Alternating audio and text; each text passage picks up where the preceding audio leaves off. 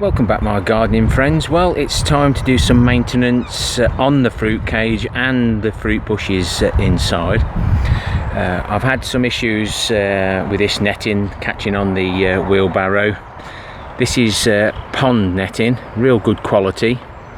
It cost me £40 to cover most of this, but I still had areas that I couldn't get done. Some of the winds have taken its toll, and it's leaning that way, so I need to sort that out. I've got some recycled planks from when we did the tidy up of the allotment site, which are going along here. Now, the birds were getting in last year, well, should we say this year, 2018, and I was damned if I could find anywhere, but it's they actually found a few little holes all the way along, and some of the netting had slightly got damaged where the pond netting didn't quite reach because I didn't stretch it correctly, so that's worth getting sorted. This is originally where I had my autumn raspberries, so we had the support. Well, now we've got black currants, red currants and gooseberries. They don't really need it, and it just gets in the way when you're trying to harvest, or if you're trying to sneak through instead of walking around. So some of these posts will be coming out. The blueberries I won't be touching unless I do just need to give them a wee trim, but if they're not in the way. So we've got another blueberry there, and they've got the acacia compost as a mulch. Then the rest have wood chips. Now these wood chips come from underneath, right at the bottom. Now I took them from here last year, so I'll be taking them from somewhere different this time, and they're 2-year-old wood chips that go on top. These are my own cuttings of red or black currants, not sure which. It's a black currant, and that's the 29th of the 1st 2017, so that's how it's grew, from a wee cutting like that. These probably won't be touched. That one probably won't be touched, other than perhaps nipping it off at the top. These are new bushes, so we'll need to clear the centres out and anything that's in the walkway. They're the summer fruiting raspberries, and I'm going to cut those off at the top because they tend to poke through the netting and you can't get the raspberries. I want them to throw shoots out this way so I can train them across. So this post is snapped off. It's dragged most of the red currant with it. Now, I'm no expert at pruning. You know, we learn off others, and you learn by your mistakes. And this bush I pruned and I didn't get no fruit, yet I've still got some really old wood which I should be taking out this time. And this one we had loads of fruit off, so as a rule of thumb, we know the lighter coloured ones are the last year's growth, and the darker ones, so that could be the 2nd years and that could be the 3rd years. I'm only guessing, but I'll be taking the darkest wood out and the bit thickest wood to give everything else. Okay. And we've got a bit of a centre in there, but I should be opening it out even more. Again, the 3rd year's wood will be coming out, well, nearly all of it. Don't want to make the same mistake as last time. So back to the blueberries again, and as you can see, the acacia comp. This is where I do get a few weeds, but I haven't weeded this now for about 3 months, and we just get the odd one, and they come out quite easily. Don't know whether that's rooted down. Yep. So I'll be taking that as not as a cutting, but that's a layering, as they call layering, so the branches lay down on the compost and rooted itself, so I'll be taking that. So I'm going to set you up here and I'll do pause and record, or record and pause, whichever way you want, and you can see my progress throughout the afternoon.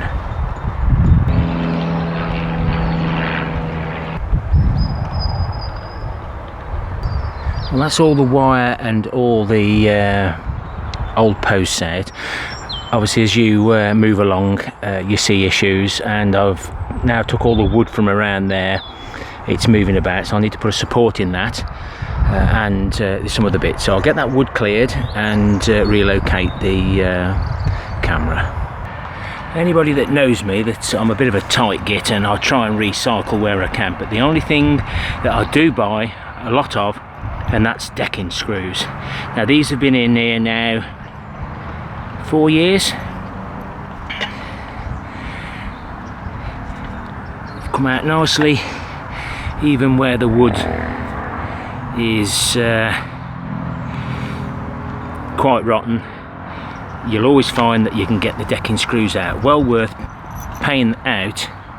Oh, I don't like saying that word, but for decking screws, because on allotment things do go rotten. Right, so this is dropped down a bit. You see that moving there. It's just started to get this timber going a bit rotten. Now this is just cheap B&Q timber.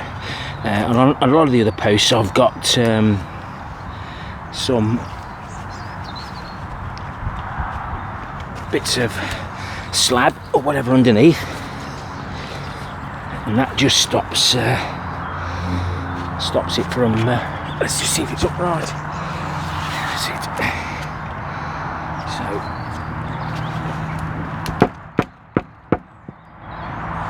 that'll be ideal there, and all I've got to do now is pop a stake in. These is treated, so it should last a bit longer, but it's better for this to go rotten, I can snap it off, than the main timbers, which are the expensive bit. These can be cut and driven in the ground again, so I will be leaving plenty of room. Now, I've just got to nip round without knocking the camera about, so reusing the screws that I took off earlier. Unfortunately, I haven't bought my drill bit to do the pilot holes, so I'm limited to what I can do today. So I'll reuse the holes that were in the original piece of timber.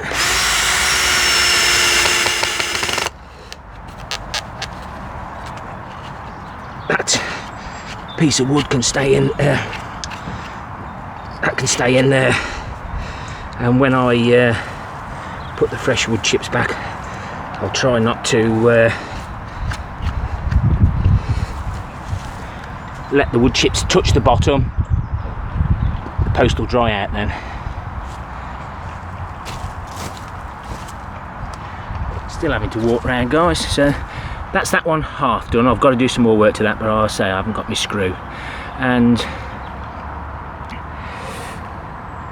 that there just needs tidying up, so I'll get that one done.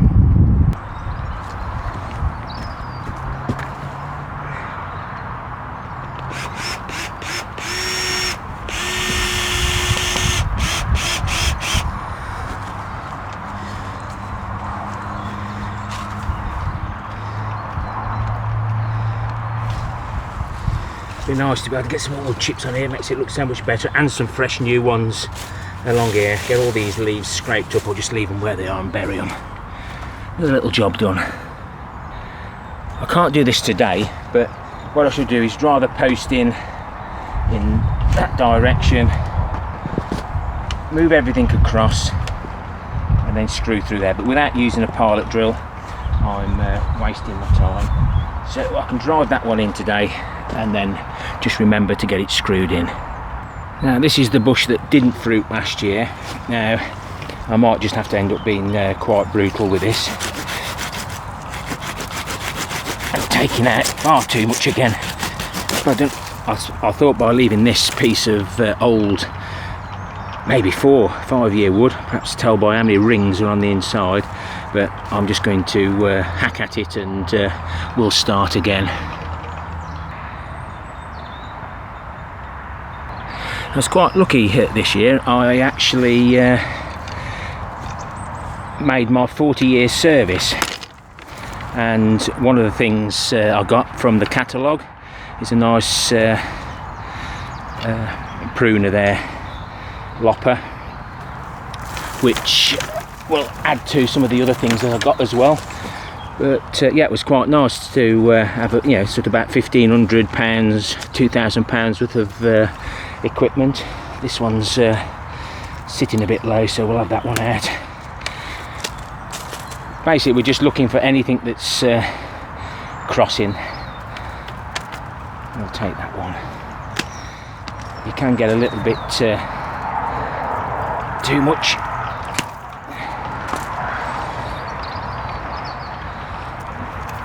Leave that one in. That branch, mind you, it's crossing there, look. See how it's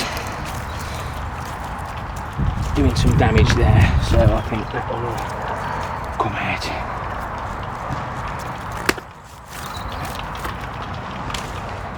And I'm going to take all this out as well.